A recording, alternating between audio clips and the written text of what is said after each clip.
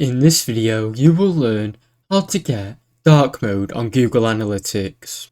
First, you can install a browser extension that applies dark mode to all websites on Chrome.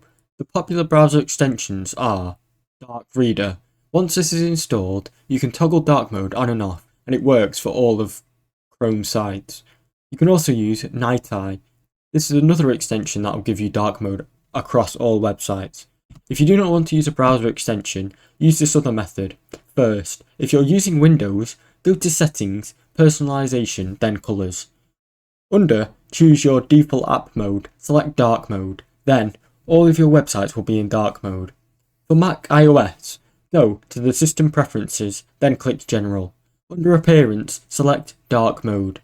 This method will darken the interface of the apps, and in some case will affect all websites such as Google Ads and other apps. While Google Ads doesn't officially have a dark mode yet, these workarounds should help you achieve that similar result. Thanks for watching. Don't forget to like and subscribe.